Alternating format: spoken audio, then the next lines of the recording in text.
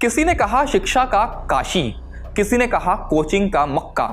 कहानी फिल्मों तक पहुंची तो कहा गया कोटा फैक्ट्री।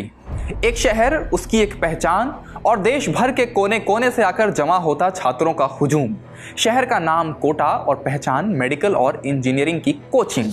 लेकिन अंदाजा लगाइए उस तस्वीर का जब लाखों की संख्या में छात्रों से गुलजार रहने वाले कोटा की सड़कें खाली होने लगें। हजारों की क्षमता वाले हॉस्टल्स में छात्रों की संख्या दहाई में भी ना पहुंच पाए। कोटा इन दिनों भूतहा शहर जैसा नजर आ रहा है। अमूमन हर इमारत में टू लेट के बोर्ड लटके हैं और लग्जरी कमरों में वीरानी छाई है। कारण है कि पिछले एक साल में यहाँ छात्रों की संख्या में 40% से ज्यादा की कमी आना। लेकिन अचानक इस गिरावट की वजह क्या है? दशकों से तैयारी का एक अहम अड्डा बने इस शहर से छात्र क्यों मुंह मोड़ने लगे हैं और इससे कैसे करोड़ों का निवेश कर चुके हॉस्टल मालिकों ने माथा पकड़ लिया है, समझते हैं इंडिया टुडे मैगजीन में छपी हमारे साथी आनंद चौधरी की इस खास रिपोर्ट के जरिए।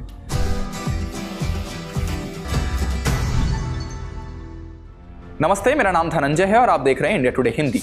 आपको स्क्रीन पर कोटा के कोरल पार्क इलाके की तस्वीरें दिखाई दे रही होंगी। ये वो इलाका है जिसे कोटा पढ़ने आने वाले लाखों स्टूडेंट्स को लग्जरी हॉस्टल सुविधाएं देने के लिए बसाया गया था। सिर्फ इसी इलाके में करीब 350 हॉस्टल्स हैं। इसे बनाने की लागत करीब 1500 करोड़ रुपए आई थी। लेकिन अब इस इलाके में ऐसे ही टू लेट्स के बोर्ड टंगे मिलते हैं। ऐसी ही हालत राजीव नगर, जवाहर नगर और लैंडमार्क सिटी इलाकों की है। पिछले साल जहां 2.5 लाख स्टूडेंट्स कोटा में पढ़ने आए थे, इस बार करीब 1.25 लाख ही आए हैं। इसलिए हॉस्टल्स में 40 से 50% तक कमरे खाली पड़े हैं। आपको ग्राफिक्स और आंकड़ों के जरिए दिखाते हैं कि यहाँ हॉस्टल्स की फिलहाल क्या कहानी है। पूरे कोटा शहर में करीब 4000 हॉस्टल संचालित हैं। इन हॉस्टल्स में करीब 1,80,000 कमरे हैं। इसके अलावा करीब 50,000 पीजी रूम हैं। 2023-24 में 2.5 लाख स्टूडेंट्स कोटा आए थे, लेकिन 2024-25 में 1.25 लाख स्टूडेंट्स ही कोटा आए हैं। औसत किराया 10,000 रुपए तक घट गया है। 25,000 छात्रों की क्षमता वाले कोरल पार्क में अब सिर्फ 5,000 स्टूडेंट्स हैं। छात्रों की भारी कमी के चलते 80 से 100 कमरों वाले हॉस्टल्स पूरी तरह खाली पड़े हैं। किसी में 10 तो किसी में 15 छात्र ही रह रहे हैं। लेकिन अब आते हैं वजह पर कि कोटा आने वाले छात्रों की संख्या में इतनी गिरावट क्यों आ रही है। इसका एक कारण यह है कि इंजीनियरिंग और मेडिकल के जिन नामी कोचिंग संस्थानों में छात्र पढ़ने के लिए कोटा आते थे, उन्होंने धीरे धीरे देश के अलग अलग राज्यों में शाखाएं खोलनी शुरू कर दी।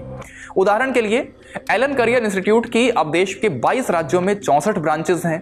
आकाश इंस्टीट्यूट की 18 राज्यों में 210 शाखाएं हैं। नारायण कोचिंग इंस्टीट्यूट के 21 राज्यों में 51 शाखाएं हैं। फिजिक्स वाला विद्यापीठ की 16 राज्यों में 48 शाखाएं हैं। अनअकैडमी की 17 राज्यों में 57 शाखाएं हो गई हैं। मोशन कोचिंग सेंटर 16 राज्यों में 55 ब्रांचेस खोल चुका है। फिटजी 18 राज्यों में 39 शाखाएं खोल चुका है। बंसल की भी 13 राज्यों में 64 शाखाएं चल रही हैं। जाहिर सी बात है कि जब हर शहर में बड़े कोचिंग संस्थान खुल जाएंगे तो मेडिकल और इंजीनियरिंग की पढ़ाई के लिए कोई अपना घर बार छोड़कर कोटा क्यों जाएगा। लेकिन कोटा में छात्रों की संख्या घटने का एक और बड़ा कारण मनोवैज्ञानिक है। पिछले कुछ सालों में यहाँ छात्रों की खुदकुशी की घटनाओं ने छात्रों और उनके माता पिता दोनों में डर पैदा कर दिया है। पिछले 3 साल में कोटा में 59 छात्रों की खुदकुशी से मौत हुई है। बड़ा जो कारण सामने आया है, या मैं वहाँ गया और पड़ताल की तो उसमें पता चला कि कोटा शहर में पिछले 3 साल में या 4 साल में जिस तरह से बच्चों की आत्महत्या की घटनाएं हुई हैं, उसके बाद भी यहाँ जो बच्चों के अभिभावक हैं उनका रुझान इस शहर की तरफ घटा है।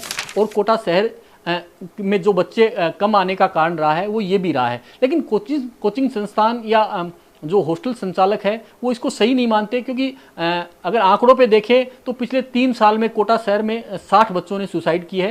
हालांकि ये संख्या छोटी नहीं है, लेकिन कोचिंग संस्थानों के जो मालिक हैं या जो हॉस्टल संचालक हैं वो कहते हैं कि इतनी सुसाइड की घटनाएं जयपुर और सीकर या अन्य शहरों में भी हुई है, लेकिन कोटा शहर को जानबूझकर बदनाम किया गया ताकि यहाँ जो इंफ्रास्ट्रक्चर जो यहाँ बड़ा है, जो बच्चों की सुरक्षा की जो चीज़ें जो यहाँ बढ़ी है, या बच्चों की अन्य तमाम तरह की सुविधाएं जो यहाँ बढ़ी थी, वो उन सुविधाओं को कैसे ख़त्म किया जाए और इस शहर को फिर से वीरान बनाया जाए। छात्रों की घटती तादाद का सबसे तगड़ा असर शहर की अर्थव्यवस्था पर पड़ा है। शहर की अर्थव्यवस्था में कोचिंग इंडस्ट्री की 65 से 70% की हिस्सेदारी मानी जाती है।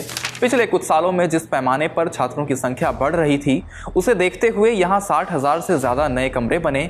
लेकिन अब छात्रों की संख्या घट जाने से 1 लाख से ज़्यादा कमरे खाली पड़े हैं। ऐसे में हॉस्टल संचालकों के माथे पर चिंता की लकीरें उभरना लाजमी है।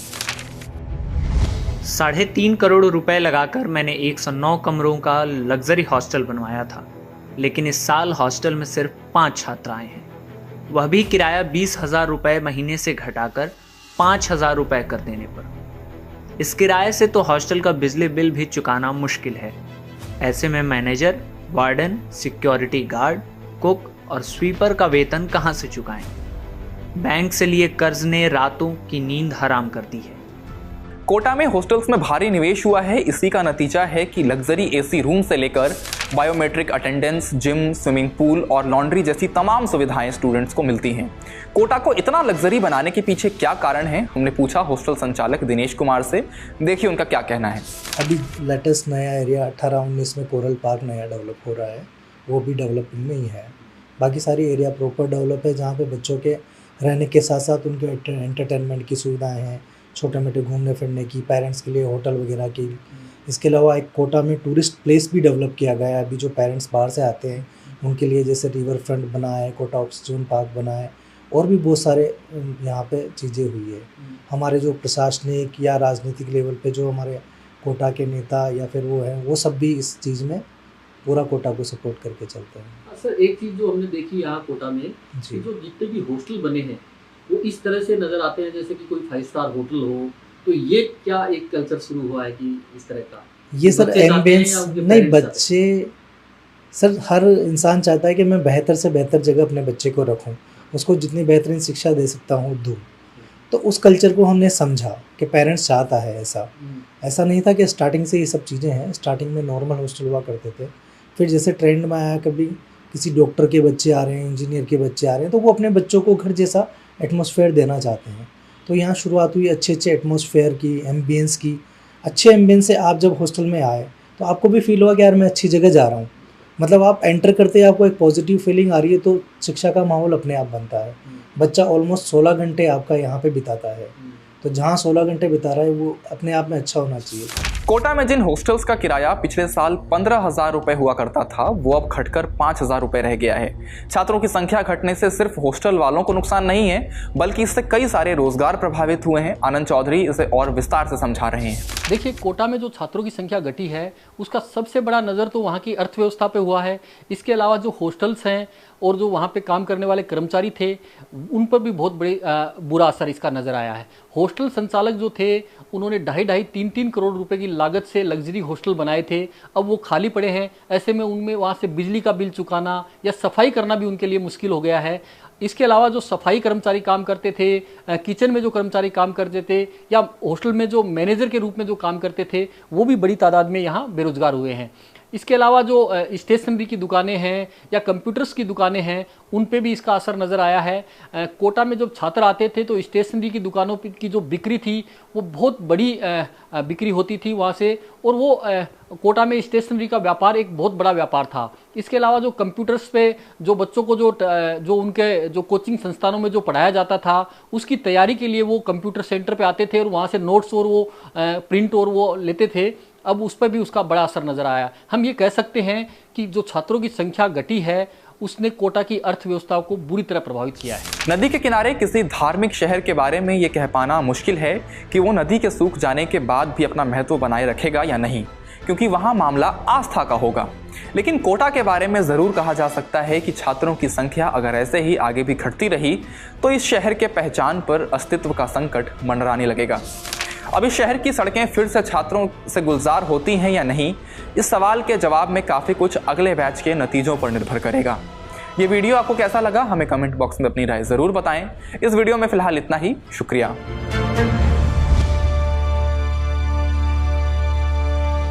इसी तरह की तसल्ली से भरी हुई एक्सक्लूसिव रिपोर्ट्स देखने के लिए सब्सक्राइब करें इंडिया टुडे हिंदी का YouTube चैनल और बेल आइकन जरूर प्रेस करें ताकि वीडियो अपलोड होते ही आपको खबर हो जाए।